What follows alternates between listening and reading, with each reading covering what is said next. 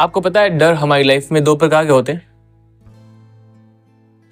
एक डर जो नेचुरल हर व्यक्ति के अंदर होता है, नॉर्मल सभी के अंदर है, वो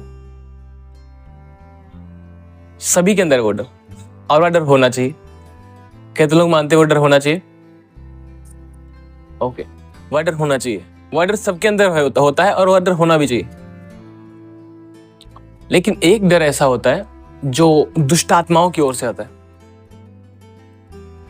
हालांकि वह डर आपके अंदर से क्रिएट हुआ था, लेकिन दुष्ट आत्माएं उस डर को लेती हैं और आपके अंदर उस बात को बार बार आपको रिमाइंड करवाती हैं। और फिर जब आप उस पर अध्ययन और मनन करने लग जाते हैं, फिर आपके अंदर एक अविश्वास क्रिएट होता है। अविश्वास, विश्वास नहीं, अविश्वास। इसलिए मैंने आपको बताया, डरो मत, विश्वास को। अगर हम डर में चलेंगे, हम विश्वास में नहीं चल पाएंगे, हम अविश्वास में चले जाएंगे। लेकिन अगर हम विश्वास में चलेंगे तो हम डरेंगे नहीं। हाँ, कभी किसी विश्वास चलने वाले व्यक्ति को डरते हुए देखा? नेवर, असंभव है ये। लेकिन एक ऐसा व्यक्ति जो डर में जी रहा है, वो अविश्वास में चला जाएगा, या फिर जो अविश्वास में जी रहा है वह डर में चला जाएगा। सो नेचुरल डर जो है, नेचुरल फियर जो है, भय जो है, वह हर व्यक्ति की लाइफ में जरूरी है, जो नेचुरल है। अदरवाइज वो सांप को भी पकड़ने चल पड़ेगा और शेर को भी खेलने चल पड़ेगा, तो शेर तो बख्शेगा नहीं, सांप उसको काट लेगा और ट्रेन के आगे वो चला जाएगा आराम से। हाँ, उसको डर नहीं है। सो नेचुरल डर हर व्यक्ति के अंदर होना जरूरी है, और यह परमेश्वर ने एक व्यक्ति के अंदर डाला है, तभी तो डाला है। अदरवाइज वो कभी भी सांप के साथ खेलता, कभी शेर के साथ खेलता, कभी भालू के साथ, और फिर क्या होता, बंदा खत्म हो जाता। बाइक जब चलाता, कोई स्पीड ना होती उसकी बाइक की, हाँ, उसको कहीं प्रॉब्लम नहीं होती कहीं भी, तो उसमें क्या होता, फिर मरता ही ना। तो ये डर जरूरी है और हर व्यक्ति के अंदर है, जिसको परमेश्वर ने डाला है। पर एक ऐसा भी डर है जो डिमोनिक है, दुष्ट आत्माओं की ओर से, जिसके चलाए बहुत सारे मसीह लोग चल रहे हैं। हाँ? और ये डर नॉर्मली आ नहीं गया, हालांकि कुछ समस्या उनके सामने है जिस वजह से उनके अंदर डर आया है। समस्या है तभी डर आया है, और यह एक नेचुरली हर व्यक्ति के अंदर आता है जब कुछ प्रॉब्लम उसके सामने होती है। लेकिन जब एक व्यक्ति उस पर चिंतन और मनन करने लग जाता है, दुष्ट आत्माएं फिर क्या करती हैं? बस ये मौका है, अब इसको डाउन करो, और फिर वो काम करने लग जाती है उस व्यक्ति के जीवन में। और फिर क्या होता है, वह व्यक्ति अविश्वास में बढ़ता जाता है। समझ रहे आप देखिए 2 तीमुथियुस 1 अध्याय, यहां पर क्या लिखा है 7 वचन में, क्या लिखा है यहां पर? क्योंकि परमेश्वर ने हमें भय की नहीं पर सामर्थ और प्रेम और संयम की आत्मा दी है। परमेश्वर का वचन कहता है कि परमेश्वर ने जो हमें आत्मा दिया है, वह कैसा आत्मा दिया है? भय का। परंतु परमेश्वर का वचन बताता है परमेश्वर ने हमें जो आत्मा दिया है वह भय का नहीं है, परंतु वह प्रेम का है, वह संयम का है, वह सामर्थ का आत्मा है। वीकनेस का नहीं, कमजोरी का नहीं, प्रेम का, संयम का, सामर्थ का आत्मा, भय का नहीं है वो। मतलब कि जो परमेश्वर का आत्मा हमें मिला है, वह हमारे अंदर से भय को खत्म कर देता है, क्योंकि वह एक सामर्थी है और उसी सामर्थ्य में हमें अगुवाई करता है।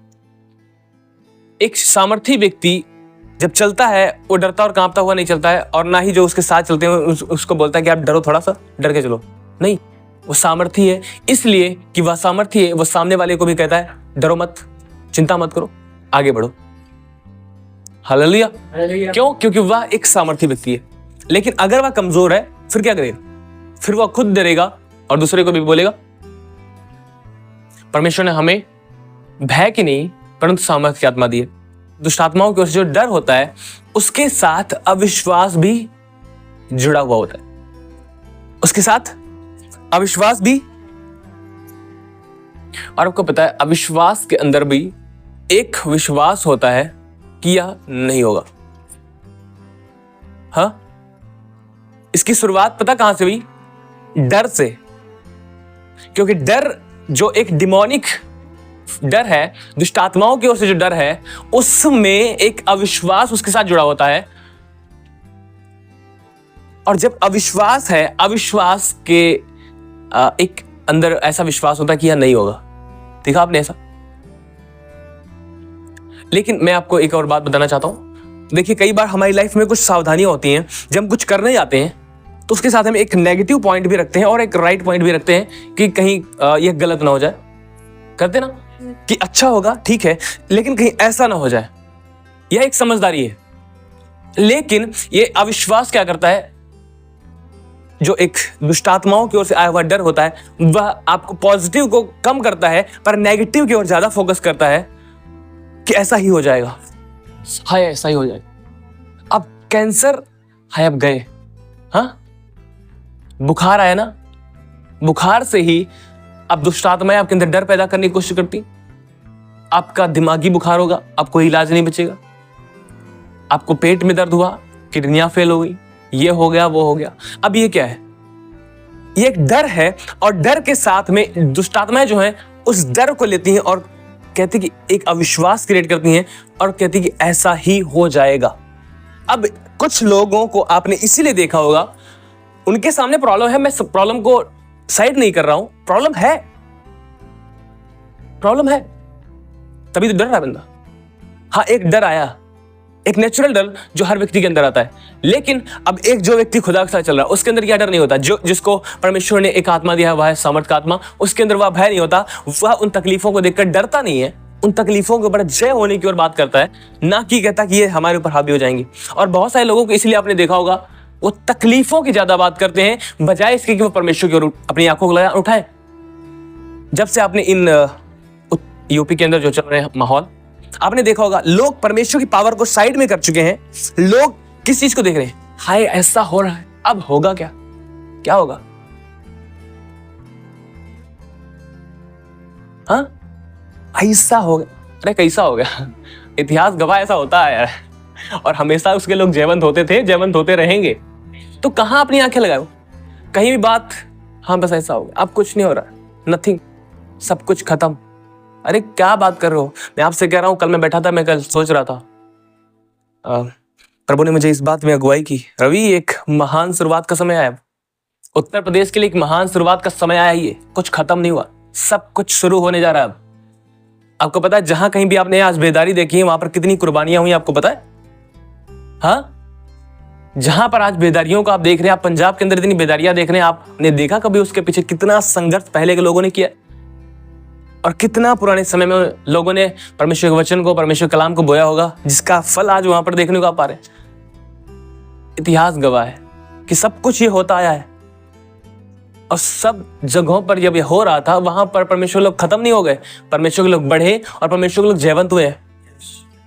तो यहां पर प्रॉब्लम है, मैं नहीं कह रहा प्रॉब्लम है, पर हम अपनी आंखें कहां लगाए हुए?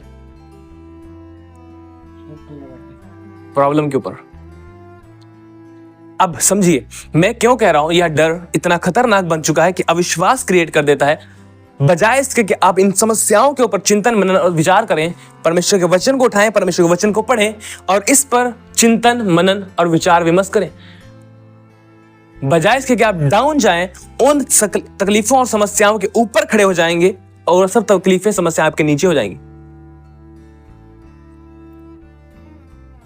समझ रहे आप? भय, नेचुरल भय सब में आता है। राजा यहोशापात के सामने इतनी बड़ी सेनाएं आ रही थी, उसके अंदर डर आ गया था, वो डर गया था। पर क्या किया उसने? इतनी बड़ी सेनाएं, अब कहां जाएंगे? किस राजा के पास जाएंगे? किस राजा से मदद मांगे? राजा यहोशापात ने ऐसा कुछ नहीं किया, ये मूर्खता उसने नहीं की। उसने अपनी आंखों खुदा की ओर लगाया, जो आज बहुत सारे मूर्ख लोग कर रहे हैं। अपनी आंखों खुदा क्यों नहीं लगाते? वहां लगाते, यहां लगाते, मंत्री पद, लीडर्स, कहां लगाए अपनी आंखें? ये सब छोड़कर चले जाएंगे। पृथ्वी के लोग हैं, पृथ्वी तक ही आपकी मदद करेंगे। उसकी ओर अपनी आंखें लगाओ ना, जो स्वर्ग से सब लोगों पर अपनी आंखें लगाए हुए। क्यों आप मनुष्यों पर आंखें लगाए हुए हैं? जो स्वर्ग से सब मनुष्यों पर आंखें लगाए हुए, उसकी ओर अपनी आंखें लगाओ और समस्याएं आपको छोटी और तुच्छ नजर आएंगी। हालेलुया। हर व्यक्ति के अंदर डर है, डर होता है, पर हम डर पर बात कर रहे हैं या फिर परमेश्वर की सामर्थ पर बात कर रहे हैं? परमेश्वर का आत्मा जो हमें दिया गया है, उसका अर्थ यह भी नहीं, जो परमेश्वर आत्मा में सामर्थ का आत्मा दिया गया, उसका अर्थ यह भी नहीं कि वह हमारे अंदर भय आने ही नहीं देगा, पर उस भय के ऊपर जय देगा। हालेलुया। वह हमारे अंदर भय आने ही नहीं देगा, ऐसा नहीं लिखा। भय आ जाएगा, लेकिन उस भय के ऊपर हमें बात नहीं करने देगा। उस पर मैं नहीं कह रहा कि उसको छेड़ेंगे ही नहीं, नो, बात है जो है वो सामने में रखेंगे, लेकिन हम जानते हैं कि उन सब जगहों पर हम जयवंत होंगे। हम उन सब जगहों पर जयवंत होंगे। एक जॉयफुल लाइफ आप पता है किस तरह जी सकते हैं? आनंद से भरा हुआ हर परिस्थिति में। और मैं इसी तरह जीता हूं भाई, सच बता रहा हूं मैं। लोगों के दिलों पर पता नहीं क्या गुजर रही इन दिनों पर, मेरे दिल पे कुछ नहीं गुजर रहा, मैं सच कह रहा हूं। नीति वचन में लिखा है, दुखियारे के सब दिन दुख भरे रहते हैं, परंतु जिसका मन आनंदित रहता है ना, वह मानो नित्य भोज में जाता है। हाँ, मानो रोज पार्टी में हो जाता है, जिसका मन आनंदित रहता है। हालेलुया। सो जितना आप डर के ऊपर अपनी आंखों को लगाएंगे, समस्याओं और तकलीफों के ऊपर अपनी आंखों को लगाएंगे, आपके अंदर से एक अविश्वास क्रिएट होगा। और जब अविश्वास आपकी लाइफ में आ गया, खुदा काम नहीं कर पाएगा। यह बहुत खतरनाक बात है। और एक ऐसा डर जो नेचुरल है और एक ऐसा डर जो डिमोनिक है, इसमें इसीलिए एक बहुत बड़ा अंतर है।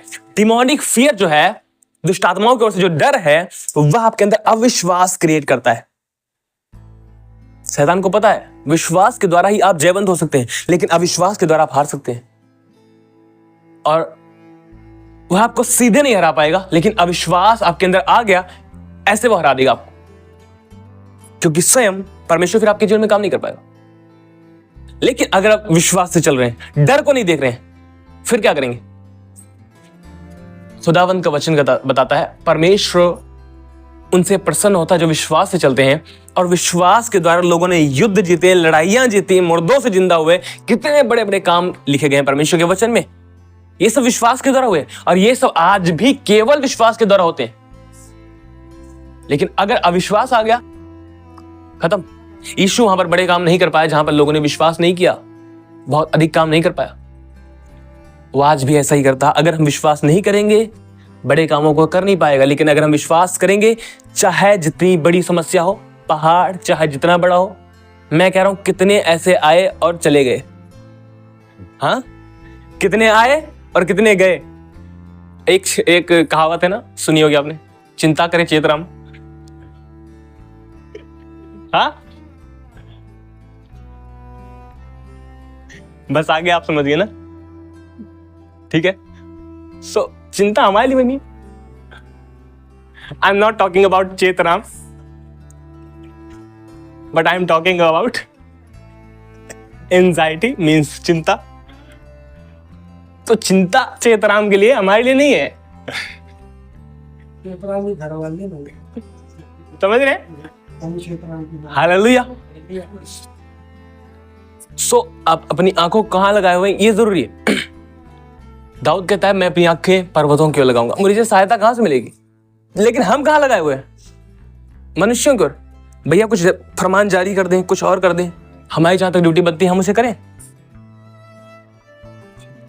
हमारी जहां तक ड्यूटी बनती है हम करें, लेकिन खुदा की जो ड्यूटी है उसे खुदा को करने दें। अपने विश्वास को डगमगाने मत दें, कमजोर मत होने दें। ये हवाएं हैं केवल, आप तूफानों पर राज्य करने के लिए बुलाए गए, ये कुछ नहीं है। Hallelujah, hallelujah. सो कभी भी आपकी लाइफ में डर आ सकता है, लेकिन डर के ऊपर कभी चिंतन और मनन मत करना। सिर दर्द हो गया, अब सिर दर्द से एक गंभीर बीमारी बन रही है हमारे दिल में, हमारे दिमाग में, हमारे शरीर में एक गंभीर बीमारी बन रही। कभी बुखार हो गया, बस अब ये बुखार खत्म नहीं होगा, अब ये बढ़ता जाएगा और बढ़ता जाएगा, हमें ले जाएगा। कभी पेट में दर्द होगा, अब किडनियां फेल होंगी और हम चले जाएंगे। ये सब डिमोनिक फियर है, डिमोनिक डर है जो दुष्ट आत्माओं की ओर से। कभी ऐसा डर कि भैया हमारा गया है और रास्ते में मर के खत्म हो जाएगा, नो। उन पर अगर आप चिंतन मनन करेंगे, वो केवल आपके अंदर अविश्वास पैदा करेंगे। और अविश्वास के अंदर भी एक पावर है कि अविश्वास जो है वो क्या कहता है कि यह नहीं होगा। और प्रभु यीशु मसीह ने कहा, जैसा तुम्हारा विश्वास है वैसा ही तुम्हारे लिए होगा। अगर तुम्हारे अंदर विश्वास यह है कि नहीं होगा, तो नहीं होगा। अगर आपके अंदर भी विश्वास है भैया कि जो बीमारी है इससे आप चले जाओगे, तो फिर आपके विश्वास के अनुसार हो जाएगा। लेकिन अगर आपके अंदर यह विश्वास है कि बीमारी है, मैं इस बीमारी से भी निकाला जाऊंगा और मैं इस पे जयवंत हो जाऊंगा, खुदावंत की सामर्थ जयवंत होगी। परमेश्वर कहता है, जैसा तुम्हारा विश्वास तुम्हारे लिए वैसा हो जाएगा। हालेलुया। और इसीलिए बाइबल के वचन के अनुसार चलने वाले लोग लोगों को मूर्ख नजर आते हैं। सही बता रहा हूं, मूर्ख नजर आते हैं। कैसी बात कर रहा, देख रहे हो, इतनी बड़ी प्रॉब्लम सामने खड़ी होकर आई है, कुछ नहीं होगा। हालेलुया। सो आपने दाऊद के विषय में सुना है? मैं आपको बता रहा हूं, बहुत मजा आने वाला आज। दाऊद जिसका अभिषेक किया गया वह भेड़ बकरियों को चराने वाला एक चरवाहा था। एक बड़ा बड़ी पदवी नहीं थी उसके पास घर के अंदर, उसके चरवाहे की नौकरी मिली थी और वह चरवाहे का काम कर रहा था। और एक दिन समूएल आया।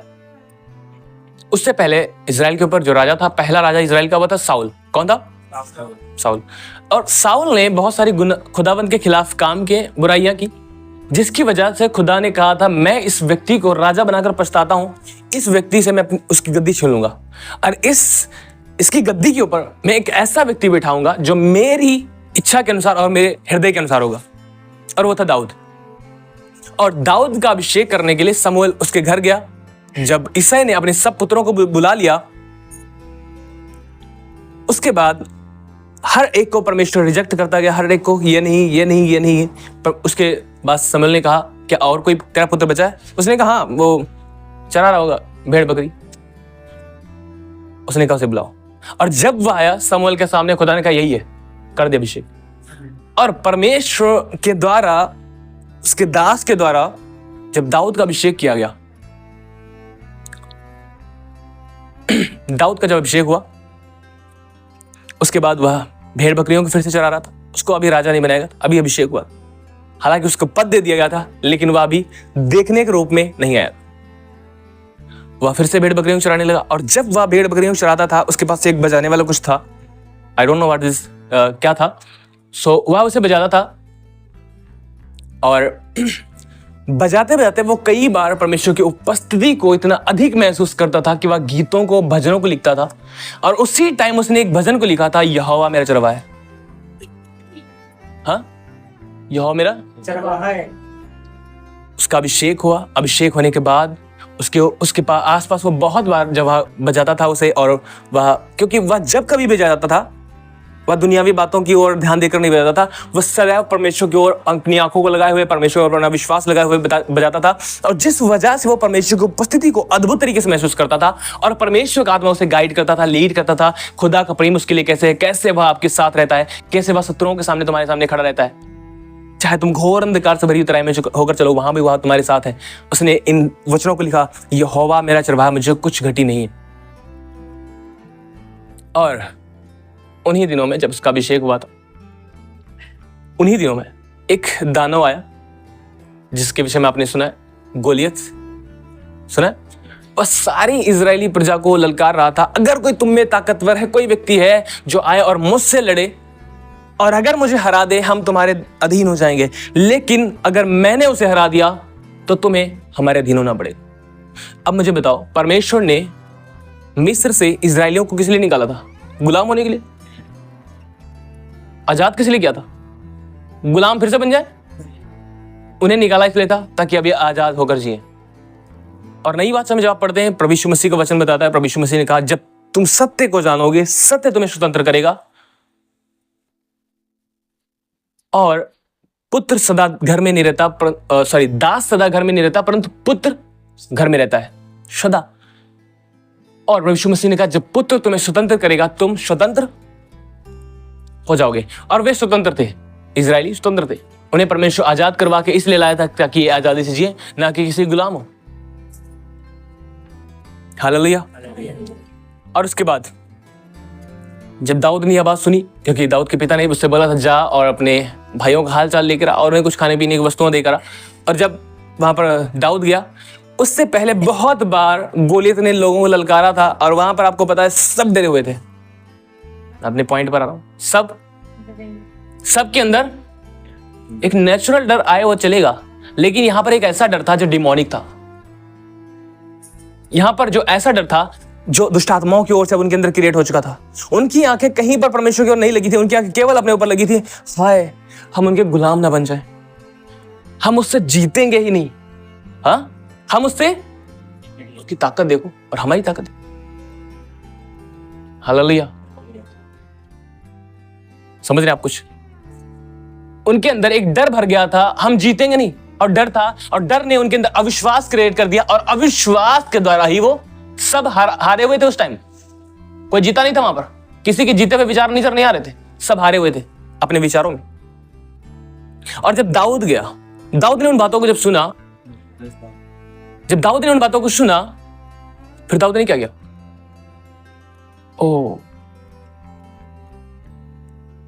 चलो छोड़ो, चलो घर चलते। हाँ, फिर दाऊद ने भी बोला ओ कुछ नहीं हो सकता। नो, दाऊद ने कहा ये खतरनाक परिस्थिति है क्या कि एक जीवित परमेश्वर सेना को ललकारे? ये है कौन? हाँ, ये है कौन? वो साउल के पास जाता है और साउल से कहता है मैं युद्ध लड़ने जाऊंगा। साउल का तो बच्चा है और वो बचपन से योद्धा है। उसने कहा कोई बात नहीं, मैं जाऊंगा। और आपका बताओ उसने उस टाइम एक बात क्या कही?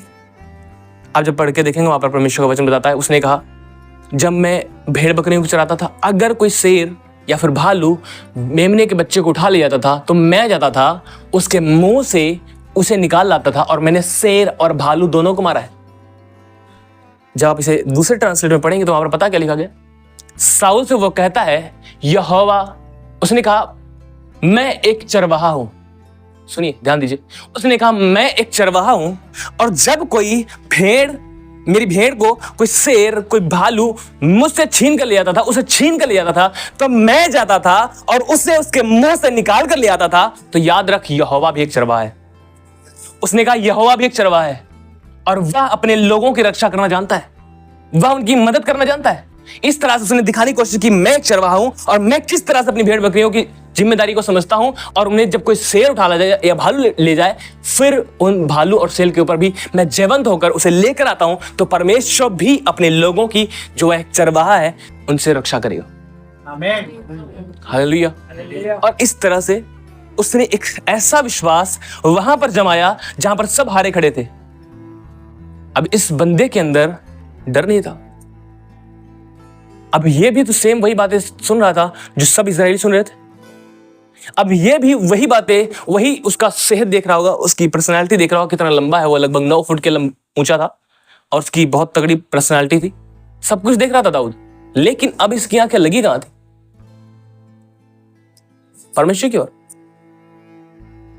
गोलियत के ऊपर नहीं लगी थी। कितना बड़ा है गोलियत, कितनी पावरफुल है, कितना उसके पास ट्राई किया उसने लड़ाई झगड़े की, जो कुछ भी होता है युद्ध के लिए, कितना प्रशिक्षण उसने लिया, कुछ नहीं देखा उसने। उसने कहा है क्या ये, खिलौना है?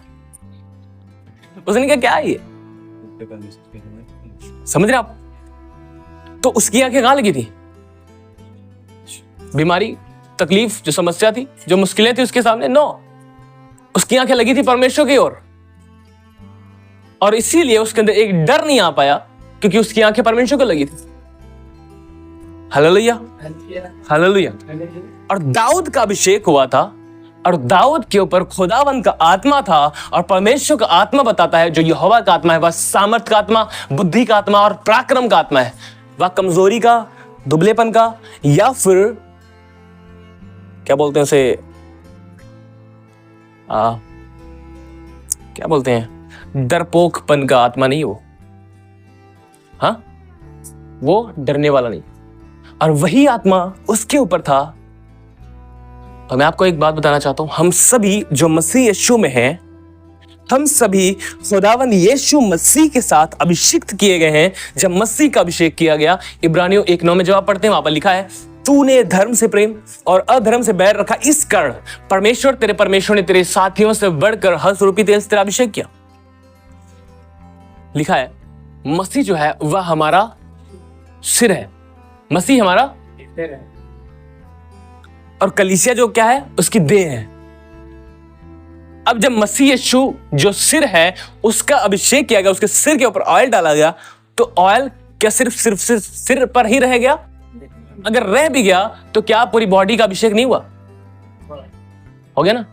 तो हम सभी जो मसीह यीशु पर विश्वास करते हैं, हम सभी मसीह यीशु के साथ अभिषिक्त किए जाते हैं। और मैं आपको एक और चीज बताना चाहता हूं, बाइबल के अनुसार जब आप प्रेरितों काम पढ़ते हैं कि चेले सबसे पहले अंताकिया में मसीही कहलाएं, वहां पर जो वर्ड इंग्लिश में यूज हुआ है क्रिश्चियंस, और जो क्रिश्चियन वर्ड है वह ग्रीक वर्ड क्रिस्टियानो से आता है, और जो क्रिस्टियानो वर्ड है वह क्रिस्टोस से आता है, और जो क्रिस्टोस वर्ड का अर्थ है वह है द अनॉइंटेड वन, एक अभिषिक्त व्यक्ति। मतलब एक अभिषिक्त व्यक्ति ही है जिसे हम मसीह कहते हैं। और इसी कारण हम मसीह कहलाते हैं, क्योंकि हम उसके साथ अभिषिक्त किए गए। समझ पाए आप? हालेलुया। हम उसके साथ अभिषिक्त किए गए और इसलिए हम मसीह कहलाते हैं। और जब दाऊद का अभिषेक किया गया था, उसके पास परमेश्वर की सामर्थ थी, परमेश्वर की उपस्थिति थी, परमेश्वर का आत्मा था उसके ऊपर। और हम भी मसीह के साथ अभिषेक किए गए हैं। और परमेश्वर का वचन बताता है जो उस पर विश्वास करने वाले हैं उन्हें पवित्र आत्मा दिया गया है। उन्हें आत्मा कमजोरी का नहीं दिया गया। 2 तीमुथियुस 1 अध्याय के अनुसार परमेश्वर का आत्मा कैसा है उनके पास? सामर्थ का आत्मा, प्रेम का आत्मा, संयम का आत्मा, भय का आत्मा नहीं है। हालेलुया। यहां पर देखिए क्या लिखा है, पढ़कर एक बार देखिए, मैं चाहता हूं समझे। 2 तीमुथियुस 1 अध्याय उसकी 7 आयत, यहां पर देखिए क्या लिखा। परमेश्वर ने हमें भय की नहीं पर सामर्थ और प्रेम और संयम की आत्मा दी है। हालेलुया। सामर्थ, प्रेम और संयम की आत्मा जो है, सिद्ध प्रेम जो है वह भय को दूर कर देता है। सिद्ध प्रेम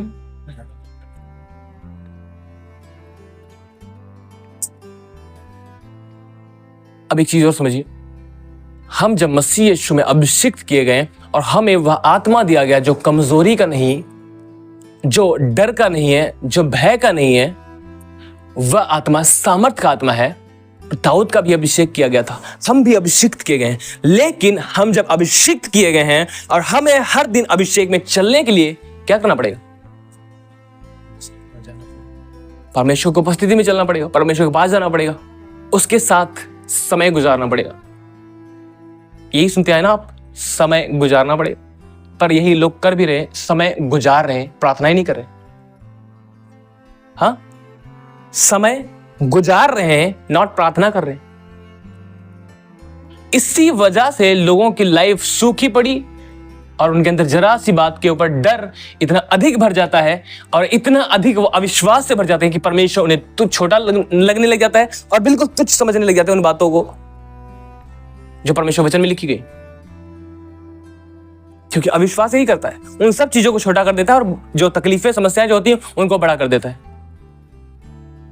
समझ रहे आप? लोगों ने प्रार्थनाओं में समय गुजारा है, प्रार्थनाएं नहीं की। 1 घंटा गुजार दिया, प्रार्थनाएं की? नो। सो मैं आज आपको इसलिए बताना चाहता हूं, अपने प्रार्थना जीवन को बदल दें। अगर नहीं बदलेंगे, अभिषेक की कल्पना ना करें। 10 घंटे ऐसे गुजार रहे हैं ना वो, तो फिर चाहे जितना जिंदगी गुजार दे, कुछ नहीं मिलने वाला। और यही तो आज मसीह लोग कर रहे हैं, जिस वजह से आप ऐसे मसीहों को देखेंगे, बहुत साल से वो मसीह हैं, 10 साल हो गए, 15 साल हो गए, 20 साल हो गए, जितना मर्जी साल हो गए, लेकिन आज तक वो एक दूध पीते बच्चे हैं। क्यों? क्योंकि वो प्रार्थनाओं में समय गुजार रहे हैं, ना कि प्रार्थनाएं कर रहे हैं। समझ रहे आप? प्रार्थनाओं में समय गुजार रहे हैं। 1 घंटा बिताना है, बिता दिया, प्रार्थना की। हाँ, प्रार्थना करने के तरीके बदलने पड़ेंगे। लोग बस तारीफ तारीफ तारीफ तारीफ, हालेलुया, धन्यवाद धन्यवाद, बस। और पता है आपको, मैसेज कर रहा हूं, ये मेरा अनुभव है इसलिए आपको बता रहा हूं। और कुछ लोग ना तारीफ तारीफ तारीफ तारीफ, बस बस, उनका ध्यान कहीं है ही नहीं, सिर्फ सिर हिल रहा और मुंह से शब्द निकल रहे हैं। समझ रहे आप? बस तारीफ, हालेलुया, बस वही एक मंत्र है, समझो, झोंक रहे। अरे क्या हो जाएगा भैया? नथिंग। एक मंत्र उन्होंने पकड़ लिया, तारीफ तारीफ तारीफ, पवित्र पवित्र। अरे भैया ठीक है, पवित्र है वो, पर यहां तक ही आप कब तक लटके रहेंगे? कब आप आगे बढ़ेंगे? कब आप परमेश्वर के वचनों को लेंगे और वचनों के द्वारा आप जीवंत होने की ओर बढ़ पाएंगे? कब तक आप निपल लेकर दूध पीते रहेंगे भैया? कब आप बड़े होंगे और अपने पैरों पर खड़े होकर चलना सीख पाएंगे? या फिर दूध बस ऐसा ही सब जगह बच्चों की तरह? प्रार्थना में समय गुजारना बंद कर दें, प्रार्थनाएं करना शुरू कर दें। नहीं समझे? नहीं समझे? कोई समझ रहा है यहां पर? प्रार्थनाओं में समय गुजारना बंद कर दें, प्रार्थनाएं करना शुरू कर दें। प्रार्थनाएं अगर आप करना चाहते हैं तो आप इस वचन को उठाएं, जो कुछ भी आपको याद है उसके वचनों को लेकर प्रार्थनाएं किया करें। आपकी प्रार्थनाएं छोटी नहीं होंगी। आपको 1 घंटा पता नहीं लगेगा कब गुजर गया है, लेकिन जब आप तारीफ तारीफ तारीफ, हालेलुया, तारीफ तारीफ, फिर आप घड़ी देखोगे, प्रेज प्रेज प्रेज, बस यही चलता रहेगा। फिर क्या होगा? नथिंग। बस घड़ियां देखते रह जाओ, टाइम गुजारते रह जाओ, टाइम गुजार दिया, प्रभु के साथ समय बिता लिया, प्रार्थनाएं की, नहीं, क्या मिलेगा? नथिंग। धोखा दे रहे हो अपने आप को, मत दो धोखा। और आपको पता है किसी और को अगर कोई धोखा दे, दूसरे के लिए खतरा है, लेकिन एक व्यक्ति स्वयं को खतरा जब धोखा दे तो किसके लिए खतरा है? अब किसी और के लिए नहीं, अब ये अपने आप के लिए तैयार करा। और कुछ ऐसे धोखेबाज हैं जो धोखा स्वयं को दे रहे हैं, वह उनको ही नहीं पता कि हम अपने आप को धोखा दे रहे हैं। इतने खतरनाक धोखेबाज हैं, स्वयं को धोखा दे रहे हैं और स्वयं को नहीं पता कि हम अपने आप को धोखा दे रहे हैं। और इसीलिए बाइबल कहती है तुम धोखा ना खाओ, परमेश्वर हत्थों में नहीं उड़ाया जाता। धोखा मत खाओ। तुम कर क्या रहे हो देखो, समय गुजार रहे हो, बंद कर दो, प्रार्थनाएं करना शुरू कर दो, आपके ऊपर अभिषेक आएगा। वह अभिषेक तकलीफों और समस्याओं के बीच में आपको डर के अधीन नहीं कर देगा, अविश्वास आपके अंदर क्रिएट नहीं कर देगा, पर क्या करेगा? उस पर जयवंत होने के लिए आपके अंदर विश्वास पैदा करेगा। वहां पर सारे लोग थे और सब डर चुके थे, सबके अंदर भय समा गया था और सब हारे हुए थे, पर दाऊद भी वहीं पर था और दाऊद भी सेम वही बातें सुन रहा था, लेकिन वह डरा क्यों नहीं? ये सब डर के अधीन हो चुके थे और डर रहे थे, और डर ने उनके अंदर एक अविश्वास क्रिएट कर दिया, जिस वजह से वो हारे हुए थे। लेकिन दाऊद विश्वास के साथ आया, विश्वास का आत्मा उसके साथ था, और जब विश्वास का आत्मा उसके साथ था फिर वो हारा हुआ नहीं था। अपने विचारों में आज पहले ही जीत चुका था। अरे ये है क्या? ये है क्या? कोई हमारे खिलाफ कानून बना रहा है? ये है क्या कि जीवित परमेश्वर के लोगों के खिलाफ कुछ बना है? अरे मिट गए हमें मिटाने वाले भैया, देखा नहीं आपने? फिरौन, नबूकदनेस्सर, दारा, कितने लोग हैं, हेरोदेस, इतिहास बना पड़ा है भैया। अब जब इतिहास आपके पास इतना बड़ा है तो क्यों आप घबरा जाते हैं? प्रभु यीशु मसीह का इन सब का होना अवश्य है, तुम डरना मत। प्रभु यीशु मसीह ने पहले कर दिया था, अगर पहले ना कहा होता तो आज तक कितने सारे मसीह लोग छोड़ के चले गए होते, कितने सारे सेवकों ने सेवकाई छोड़ दी भैया। और अच्छा क्या है? आपको पता है आग जो है वह सोने के ऊपर जो मैल जमी होती है उसे क्या करती है? तो जो सोना है वो बच जाएगा और जो मैल है वो खत्म हो जाएगी। समझ रहे आप? और जब सोना है ना, वो सोने के नाई बहुत अधिक चमकेगा और उनकी कीमत कुछ नहीं होती। सोने की कीमत देखा आपने, अटनी चौनी बिक रहा हो, हाँ, सोने की कीमत बहुत होती है। सो वही कीमत उनकी है।